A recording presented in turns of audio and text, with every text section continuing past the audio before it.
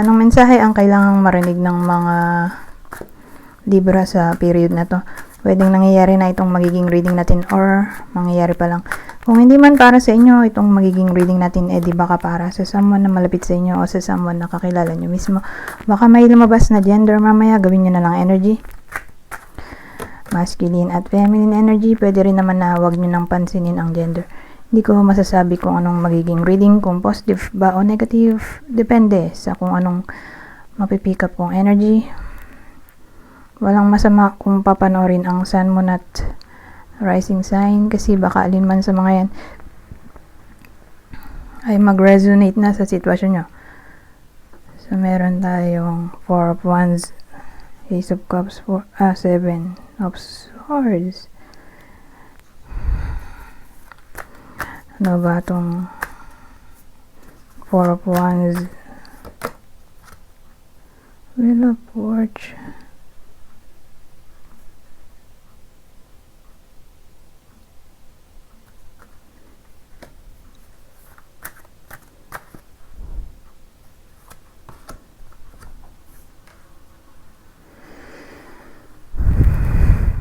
So, ang dating sa akin, whether nangyayari na to or mangyayari pa lang. Pero may someone na nagbalik or magbabalik pa lang.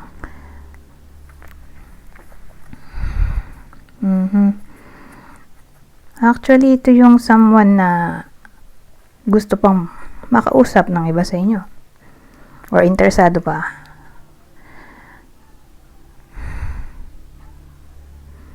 So again, for some reason, na-disconnect sila. Tapos, all of a sudden, sa period na to, magre-reconnect sila.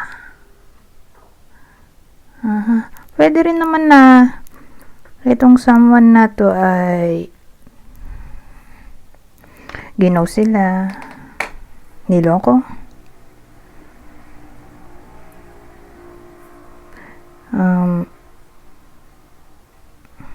May pagka-bossy.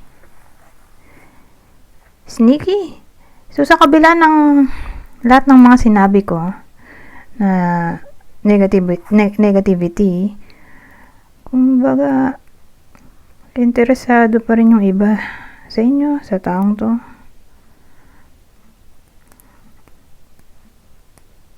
Iba na lang dating na para bang kung sakaling magbalik siya, itong taong to ay kakausapin pa rin or i-welcome back.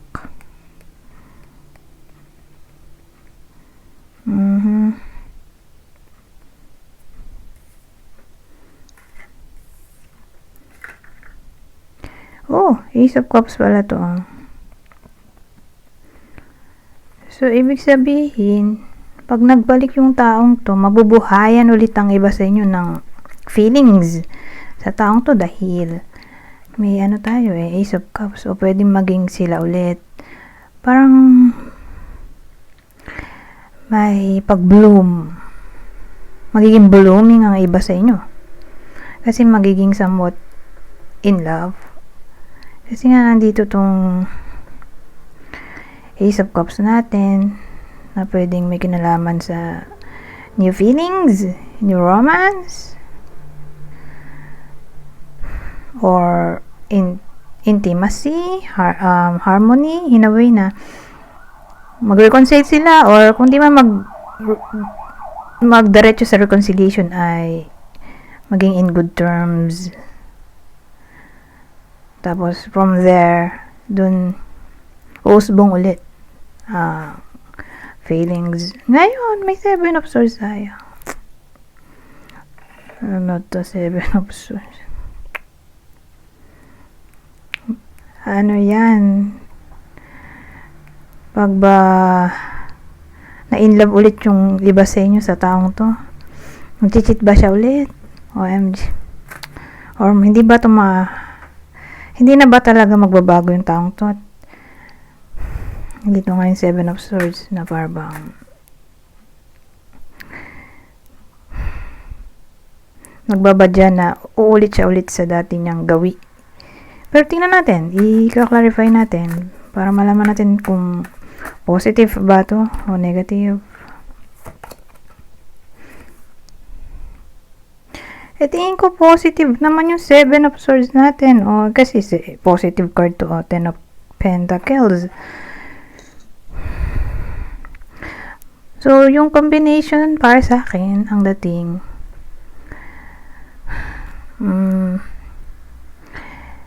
kung sakaling magkapalagayan ulit sila ng loob,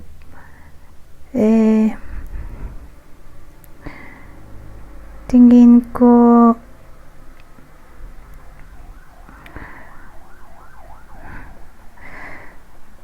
ito yung future outcome natin, di ba?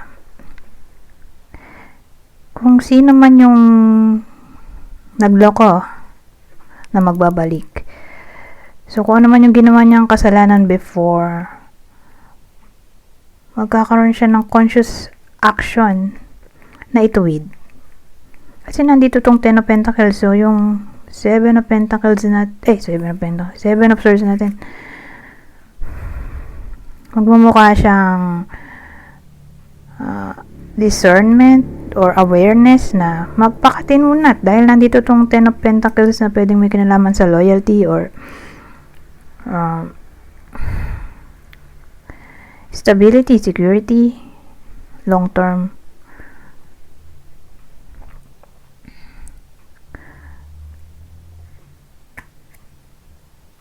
So, yan.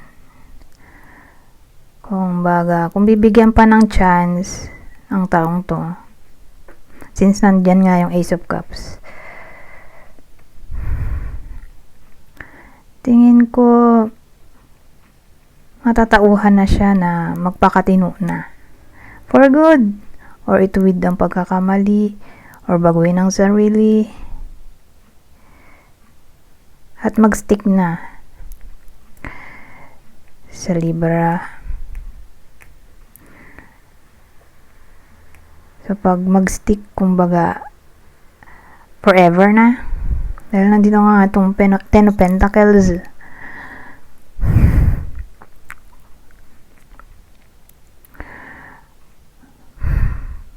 Na pwede rin may kinalaman sa establishment. Establish na siya dito sa connection na to. Yung nagloko. Or naging masama in the past. So, ganun ang dating dito. Ayun, love reading, nagmukha siyang ex, no? Or, kundi man ex-lover, di ex-crush, or ex-manliligaw. Pero again, mukhang interesado yung iba sa inyo sa taong to na hindi na nila nakakausap na tapos biglang magbabalik. So again, depende. Ex-partner, ex-manliligaw, ex-crush.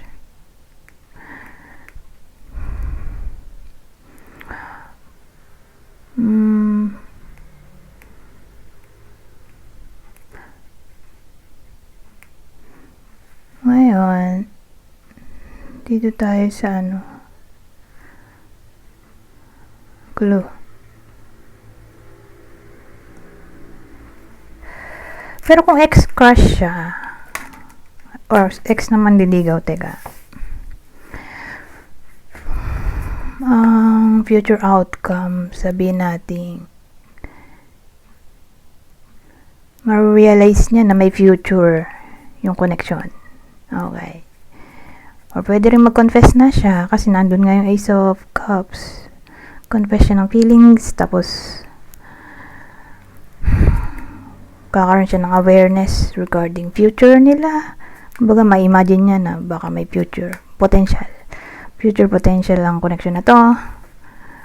So, ganun. Anyways, ito yung possible person ng Libra sa reading na to. Aries. Ito, Ace of Cups ulit. Isa sa water sign, Cancer, Scorpio, Pisces. Ito, Aquarius. Ngayon, sabihin natin hindi para sa inyo tong reading, di baka para sa someone na malapit sa inyo, kakilala o idol. Ito ang possible zodiac sign niya. Taurus, Scorpio, Sagittarius.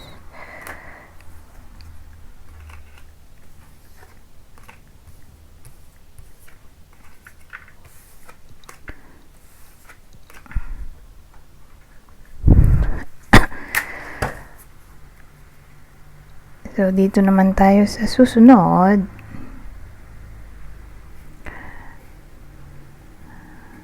Na clue.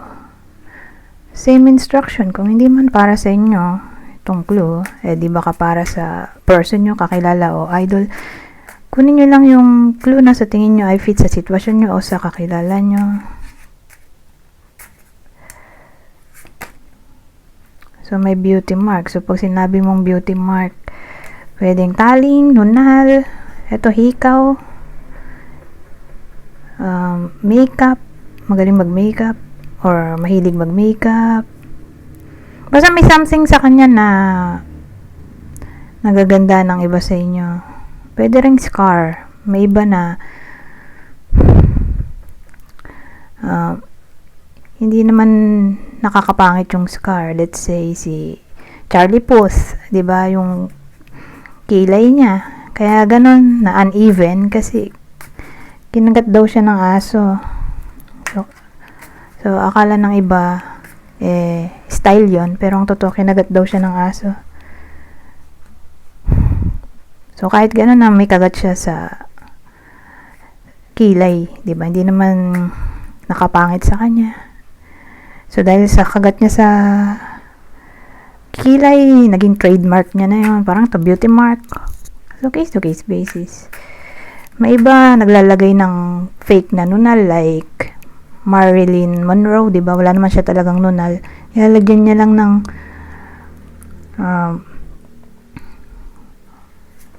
brow pencil or eye pencil mark yung pisngi niya kung saan niya gusto.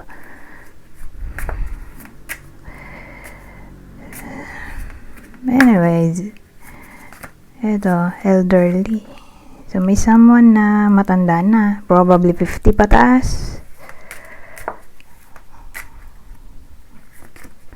European. So, may someone na European or nasa Europe or para silang nasa Europe. Or kung di man ganun ay foreigner or nasa foreign land. May someone na nasa foreign land o foreigner ang partner o person. Or kung di man ganun ay long distance relationship, dun din papasok no, LDR or long distance relationship. Parang gusto sumama nito. Ito, bastages. So may someone na malaki ang hinaharap tulad nito.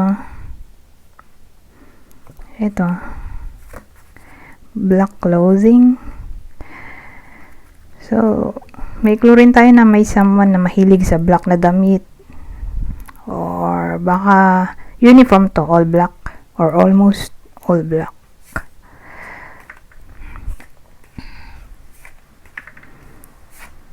Anyways, dito naman tayo sa susunod na deck. Pang masasabi nito sa period na to. Lily.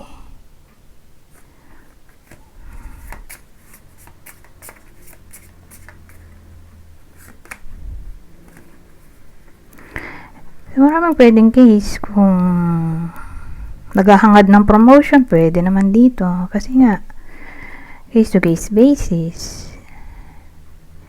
Increase salary, bonus,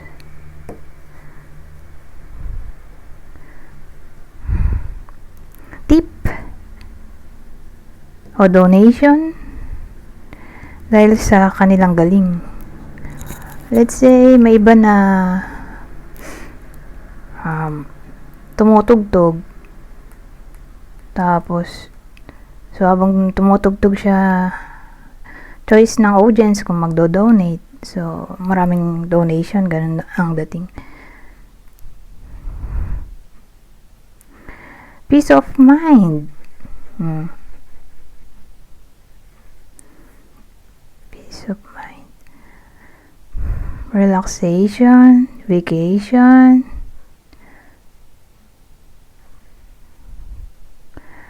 Ano pa bang pwedeng case dito? O may dadalaw, or kayo ang dadalaw sa someone may edad na. So again, pwedeng may dadalaw sa inyo. May edad yung dadalaw. Ayan, tulad niya, no? Mga nasa 50. Pataas. May dadalaw sa inyong 50 pataas na tao. Or kayo ang dadalaw sa taong to. 50 pataas. Ang edad.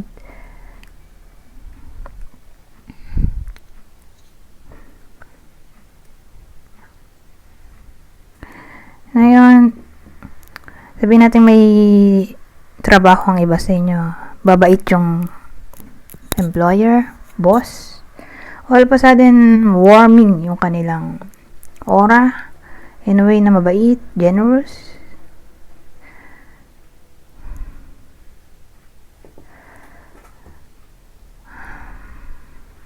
Recognition sa workplace. Award, reward.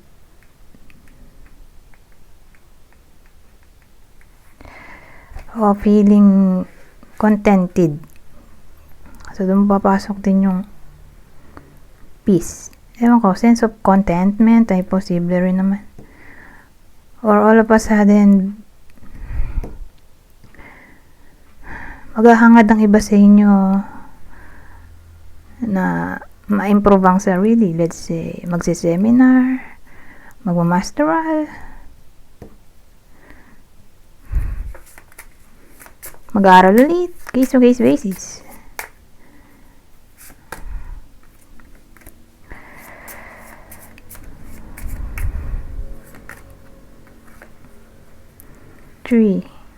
Pero kung nag-aaral, di gaganahang mag-aral. Ayun, fisyo.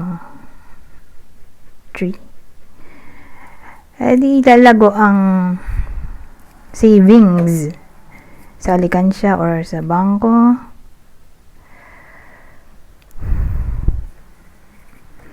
Lalago ang business. So, may improvement sa tawag dito, sa sales. Kung may business, kakapera daw. Di sabihin natin, halimbawa, wala namang business ang iba sa inyo, pero empleyado. Di magkakapera. Baka yun na ngayon, bonus. Ang advance, may iba kasi ganun advance bonus or 13th month pay. Or all of a sudden, baka biglang maka-receive ng donation, charity, tip, ang iba sa inyo. Or anyone na malapit sa inyo, kundi man to tumama sa inyo.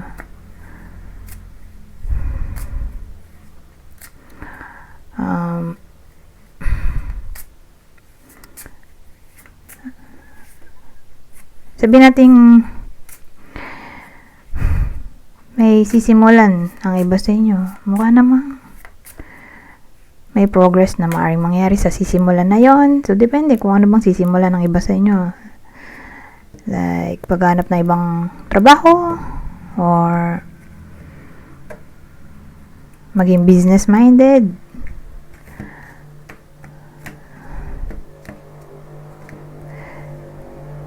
Ngayon, pwede rin tong pag-let go or pag-move on totally mula sa something na toxic.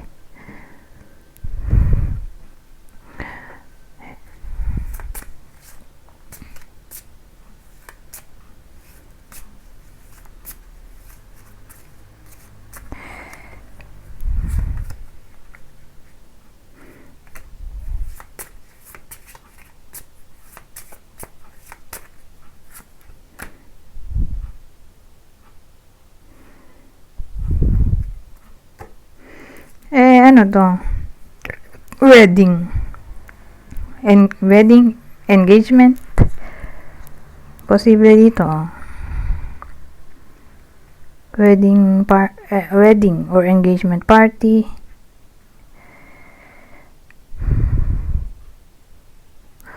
Or celebration dahil nga na-promote or karoon ng increased salary or maraming OT. So, pag maraming OT, edi dadagdag yun sa basic salary. Or celebration kasi nagkaroon ng bagong work or natanggap sa dream job.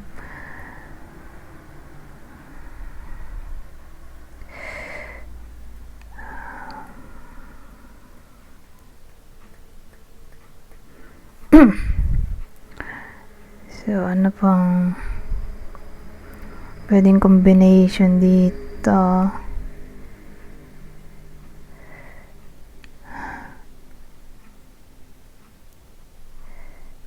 Award, reward, recognition, parang maulit-ulit lang. So, dahil maulit-ulit, malaki ang chance.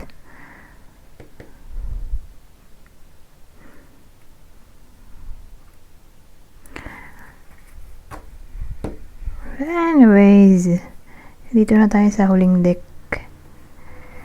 Pang masasabi na nitong huling deck ko. Babasahin ko na lang para mabilis. Kunin nyo lang yung mensahe na sa tingin nyo ay fit sa sitwasyon nyo. Madali lang namang intindihin to dahil basic English lang. Hindi ko na siya i-zoom. Kasi kita naman. It's okay to go after what you want. It might just want you to. Eto, when in doubt, ask for guidance. At ang huli, it's okay to have a voice and speak your truth. Anyways, hanggang dito na lang. Goodbye for now.